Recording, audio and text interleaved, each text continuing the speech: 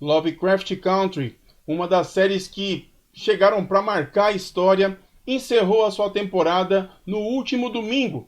E hoje eu estou aqui para reverenciar esse espetáculo, para a gente depois, inclusive, comentar um pouco sobre este último episódio e o contexto geral dessa série. Então, sem muito papo, bora para a abertura?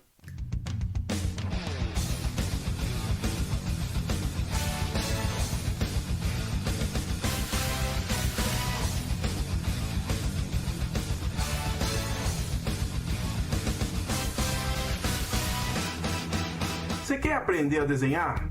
Aprender as técnicas de construir os personagens dos mangás e dos animes? Segue essa dica aqui que você vai aprender através de um dos melhores cursos que a internet pode oferecer para você. É o método Fanart 2.0. Com ele vocês vão aprender a desenhar os personagens, os favoritos de vocês em apenas 7 dias, mesmo se você não souber nada de desenho. O curso é 100% online. Você pode assistir ele de qualquer lugar, a qualquer hora, no seu smartphone, no seu computador, no seu tablet, aonde você quiser. Ele tem 35 videoaulas compostas por aulas práticas, bem objetivas e com exercícios que vão te ajudar a entender melhor a construção destes personagens com técnicas muito práticas, muito bacanas. E o acesso ao site, ele é vitalício. Uma vez que você está matriculado, você pode continuar acessando quantas vezes você quiser para você continuar revisitando os exercícios que você começou. E ele fica liberado 24 horas por dia para você poder utilizar um momento que você quiser. E você acha que é só isso? Além de tudo isso que eu falei aqui para vocês, o curso ainda disponibiliza para vocês 3 bônus super importantes e interessantes para sua evolução durante o seu aprendizado. E aí, o que é que você está esperando? Acesse o link agora que está aqui na descrição do Método Fanart 2.0 e comece já o curso que vai mudar a sua vida e você finalmente vai conseguir realizar o seu sonho de ser um grande desenhista de mangá e de anime. Lovecraft Country deixou um vazio.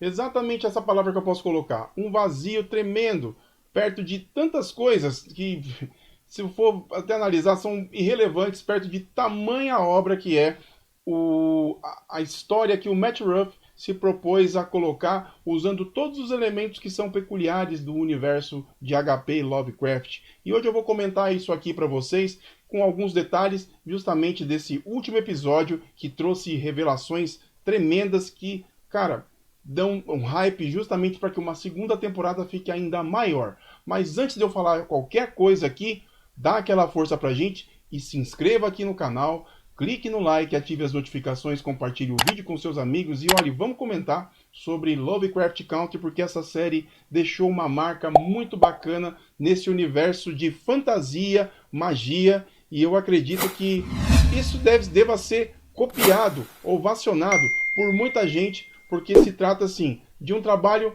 não tendenciosamente racial, mas sim um trabalho que abre um pouco a cabeça das pessoas com relação às indiferenças de uma forma geral. O último episódio de Lovecraft Country, o 10º episódio, é intitulado de Full Circle, ou seja, o círculo completo. Ao longo da série nós vimos idas e vindas dos personagens, onde magia, viagem no tempo, sci-fi, todos os elementos fantásticos que compõem o universo geek que a gente tanto gosta foram inseridos dentro dessa história e principalmente a questão da segregação racial, que era uma das maiores questões apontadas aqui. E nesse episódio a gente começa justamente com um flashback, lembrando como que tudo isso começou, quando Tic foi apontado com da linhagem sanguínea original de Titus Brightwhite, que é o grande criador da seita do culto de Adão, e ali ele tendo seus primeiros vislumbres de um mistério que futuramente ele poderia resolver, e além de tudo, deixou um enigma na cabeça dele. Quem é essa senhora que a todo tempo aparece nos meus sonhos? Essa história também tem momentos de redenção, de se auto-encontrar, né? Onde personagens que estavam assombrados com maldições finalmente encontraram seus caminhos. Percebemos nesse episódio também que nem toda a bondade é tão gratuita assim. A traição está ali o tempo todo. E a gente encontra também um pouco de uma homenagem a própria Lovecraft Country que está sendo colocada, que foi contada por George Freeman, não o tio George, mas sim o George Freeman, futuramente o filho de Tic e Letitia. E também vemos uma história que traz muita coragem, muita garra, principalmente quando Letitia assume para si o destino da magia.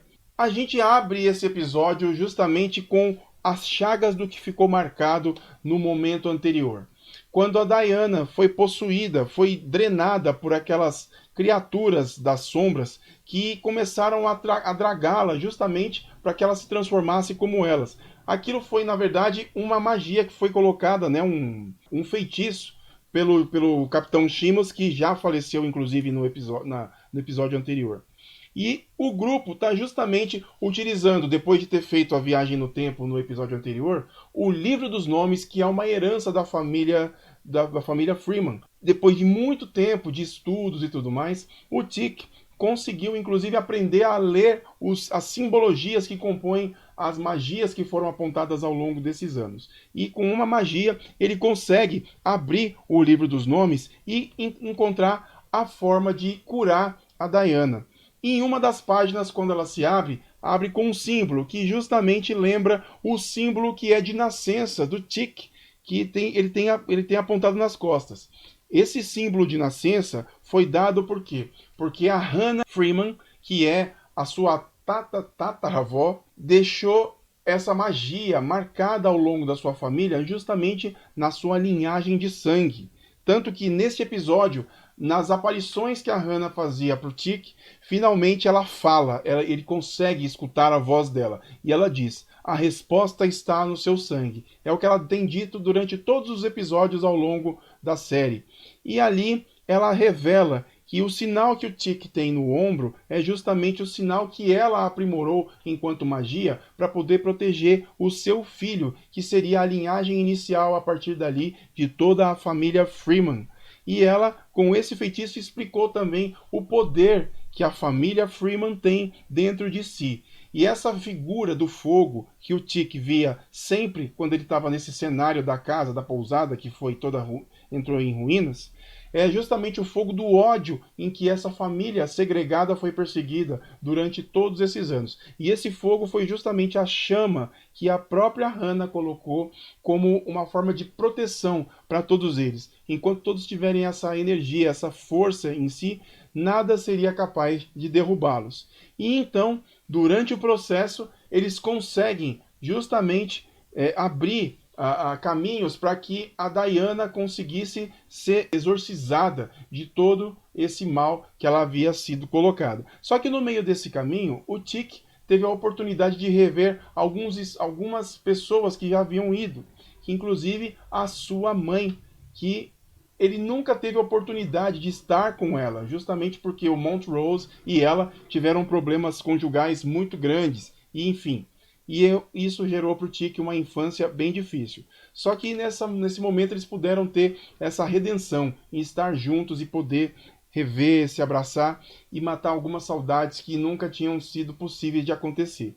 E no meio disso tudo, o Tic toma ciência do poder que ele tem e da responsabilidade que ele tem para a família Freeman. E ali ele se junta com todos os falecidos, inclusive a própria Letitia, que os dois, né, no momento em que eles estavam tentando salvar a Diana, entraram em transe e entraram nesse mundo espiritual, tendo justamente essa oportunidade de conversar com essas pessoas. E ali eles conseguiram interagir e tirar todo o mal que foi colocado para Diana. Só que a Diana, quando acorda, percebe que tudo aquilo teve uma consequência. Ela perdeu um dos seus braços, justamente o braço esquerdo, o braço que ela costumava usar para desenhar. E ele ficou putrefado, exatamente uma desgraça para a vida dela, porque jogou fora toda a capacidade artística que ela tinha, o que ela mais amava fazer. E claro, né, no meio de tudo isso, ainda faltava concluir um caminho que estava aberto e não tinha sido concluído. Não sei se vocês recordam, mas nos episódios anteriores que eu comentei aqui, o Tic fez uma promessa para Christina Brightwhite. Ele disse a ela, até em troca de um favor de mágica, né, para proteger a sua esposa Letitia, ele disse que ele se propunha a ir até Ardan e fazer o ritual do solstício, justamente para poder... Do solstício não, do equinócio, justamente para que... E assim, de bom grado, de vontade própria, para que a Letitia pudesse garantir a invulnerabilidade. E assim foi feito. Só que aqui, depois de estudarem algumas passagens do Livro dos Nomes, eles entenderam que para que eles se protegessem efetivamente e tomassem a magia para eles, que a magia retornasse para a família, eles precisavam fazer uma espécie de ritual. E esse ritual levou-os de volta aos subterrâneos do museu que eles frequentaram para justamente encontrar as outras páginas do Livro dos Nomes que estavam perdidas. E ali eles fecharam um selo justamente para poder invocar as almas que estavam atormentadas. E eram elas a da Hannah, a da mãe do Tic e da sua neta, né? Que inclusive se entregou ao fogo lá em 1921 junto com a Letitia. E ali eles fazem eles conjuram as palavras e o primeiro espírito que aparece, que é justamente o que vai dar abertura para que os feitiços aconteçam, é o espírito do Titus Brightwhite, o fundador da seita. E ele questiona por que o Tic mandou até ali. E depois, todas as outras almas da mãe, da avó e da neta, todas elas aparecem justamente para fechar esse ciclo. E ali, nas idas e vindas desse espírito, o momento em que ele sai do selo, ele se materializa na frente da Christina Brightwhite e dá o aviso para ela. Aqueles negros estão com o livro. Ou seja, já está ali dando um toque justamente para que ela se articule para conseguir o livro. Ela começa... A Christina Brightwhite, a gente fica até meio assim, porque a impressão que dá é que ela realmente gosta da Ruby, né? Tanto até que com aquela poção que ela criou para se transformar numa mulher branca e ela se transformar no próprio William, era uma forma de maquiar a verdadeira intenção que ela tinha dentro desse processo todo. Ainda bem que no meio de toda essa história nós ainda temos o amor do Tic com a Letitia, que é justamente o que dá o equilíbrio nessa história toda. A Ruby, infelizmente, se perdeu pelos encantos da Christina Brightwhite, enquanto os dois se fortalecem no amor deles. E, para completar o que foi prometido, eles precisavam efetivamente encarar de frente o destino que a Christina Brightwhite determinou para o Tic, que era se entregar para a morte e para o sacrifício lá em Ardan. Só que para isso eles já, como eu já até apontei para vocês aqui, eles já estavam se preparando para que isso fosse garantido. E lá, na viagem, achei bacana porque todos eles se relacionam de uma forma muito bacana e eles se divertem. E todos eles vão juntos nessa viagem, né? Incluindo a Ji-Ha, que estava na cidade, e o Tic a acolheu como parte da família também. E tudo isso sempre acontecendo dentro do Rudy, que é o carro que marcou essa série, sempre levando eles para todas as aventuras possíveis. E, enfim, eles chegam em Ardham. E lá, o Tic, ele faz o ritual. Inclusive, esse pedacinho de carne que vocês estão vendo na mão dele é a carne do Titus Brightwhite, porque eles conseguiram, através do Livro dos Nomes, criar um feitiço que materializasse ele em carne, não apenas em espírito. E ali, eles conseguiram matar o Titus Brightwhite e tirar um pedaço da carne para que o efeito do feitiço fosse mais forte. E ali, uma cena muito nojenta, ele acaba comendo esse pedaço de carne e ele vai direto para as ruínas de Ardan para poder fazer o feitiço que a Christina disse que ele teria que fazer e que ele se propôs a fazer para poder salvar, inclusive, a sua família. Chegando lá, ele vê todo esse aparato que é para fazer o processo, ele já acha estranho, justamente porque dá justamente a entender que aquilo tudo era para um sacrifício. E aí, então, uma revelação cai o queixo da gente, que é o momento em que a gente percebe que a Ruby que está ali, que entrou no Woody para fazer a viagem com eles, na verdade, não é a Ruby, é a Christina Brightwhite que utilizou do corpo da Ruby, que ela, inclusive, está dizendo aí, ela me fez prometer que eu não machucaria você. Ou seja, a Ruby se entregou ao sacrifício para poder salvar a própria irmã e a Christina Brightwhite utilizou daquelas experiências que ela faz com magia para poder se transformar no corpo da Ruby. E assim, depois disso, numa luta intensa. A Ruby e a Letitia, as duas entram num embate tremendo. Enquanto isso, todos os aldeões vão atrás dos mocinhos da história que também estão lá fechando um selo de uma magia para evitar que o Tick seja assassinado no processo. Mas nada adianta porque todos vão lá e é uma luta tremenda justamente na ponte em que o tio George foi baleado. E depois a gente vê que a luta entre a Letitia e a Ruby disfarçada dá justamente numa queda tremenda daquela torre, daquela garota que ficava com os cachorros, e a Letitia é arremessada dessa torre para a morte praticamente. E enquanto isso a Diana tá lá lendo o Lovecraft Country do seu futuro primo, por assim dizer. E no meio dessa loucura, ela é abordada com barulhos na floresta, porque ela tá dentro do Woody, ali perdidinha. Claro, floresta, perto de Ardan, o que você pode imaginar? Exatamente, os Shoggoth. Então, ela é justamente abordada por uma dessas criaturas. E enquanto isso, a Christina Brightwhite começa o processo do seu ritual e ali o Tick é colocado e ele tem a revelação de que a Ruby foi assassinada, de que a Letitia também foi assassinada, e ele está ali justamente porque ele vai ser morto e ela, a Christina Brightwhite, finalmente vai alcançar o que ela tanto queria, que é o feitiço do equinócio, onde ela vai se banhar do sangue do Tick e conseguir alcançar a imortalidade. Detalhe de uma magia que só poderia ser cedida para homens que fazem parte da seita, e ela, justamente contrariando essa tradição, assume esse papel. Então, a Diana é atacada por um Shoggoth que arranca a porta do Woody. Essa cena é absurda.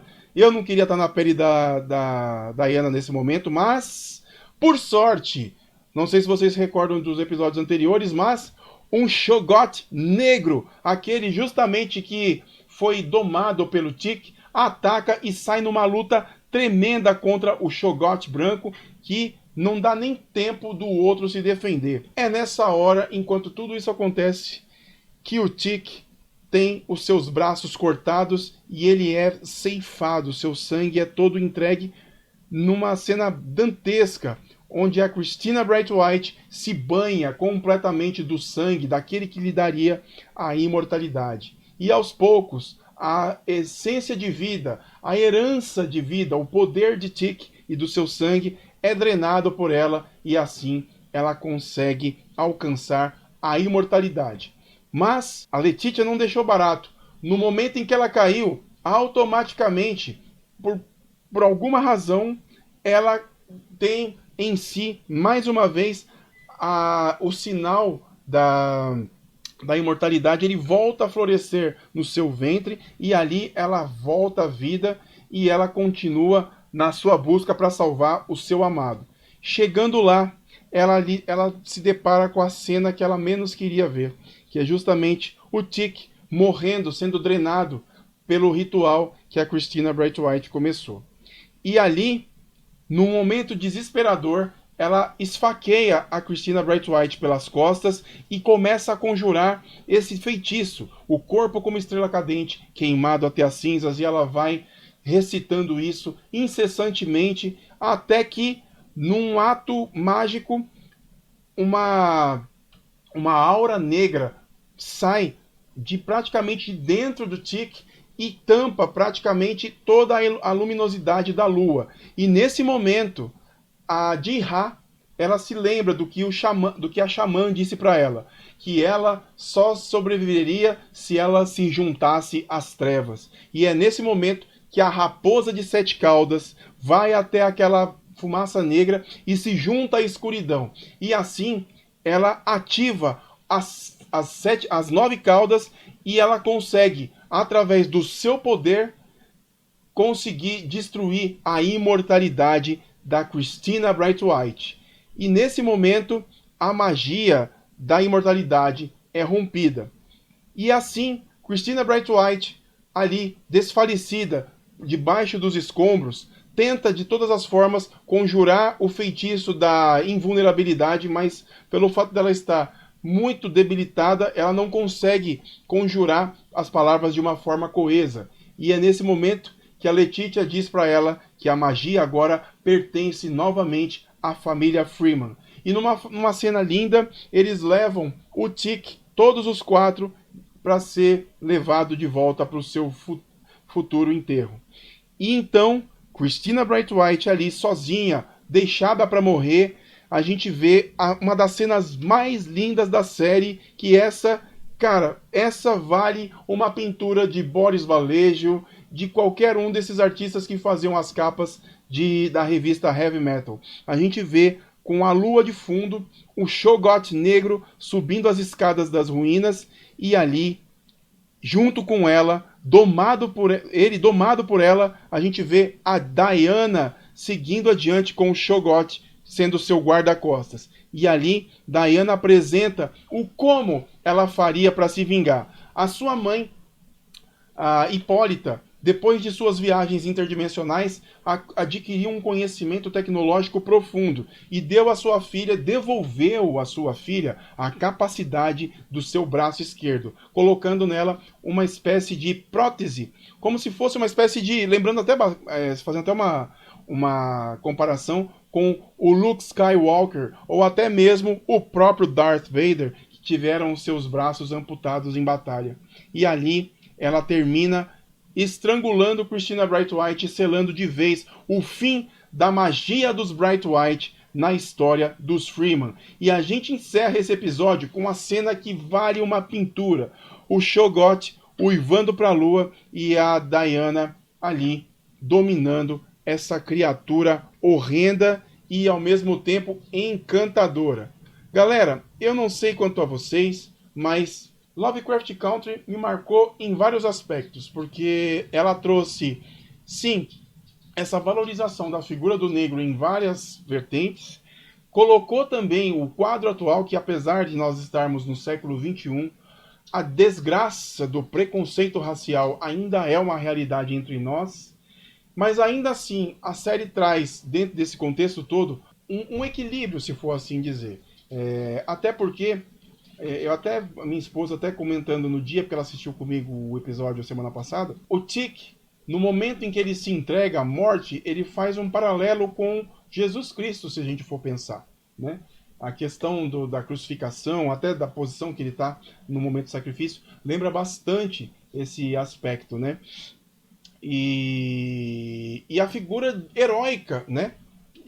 A série toda teve essa dupla presença, por assim dizer. O Tic, muitas vezes a gente, inclusive no episódio da Jihá, a gente vê ele como um vilão, até quando ele mata as colegas dela no momento de tortura, mas ao mesmo tempo a gente vê que o Tic ele só cumpria o que deveria ser feito, apesar da forma exacerbada, mas a todo tempo ele sempre se manteve firme no que diz respeito a proteger a sua família e aqueles que ele ama. Até o próprio Montrose, por mais diferenças que eles tivessem. Enfim, Lovecraft Country para mim é um marco, e eu não vejo a hora de ver a próxima temporada. E fica a pergunta, será que o Tic morreu de verdade? Como é que fica essa situação? Se vocês acham que o Tic morreu, ou se ele ainda tem a chance de retornar, coloquem aí nos comentários e não esqueça de deixar todas as suas observações aí, porque a gente vai falar de Lovecraft ainda por muito e muito tempo, beleza? Então é isso, pessoal, eu vou ficando por aqui, não esqueça de se inscrever no canal, clique no like, ative as notificações e compartilhe o vídeo com seus amigos, tá ok? É isso, um grande abraço e até mais no nosso próximo vídeo. Valeu!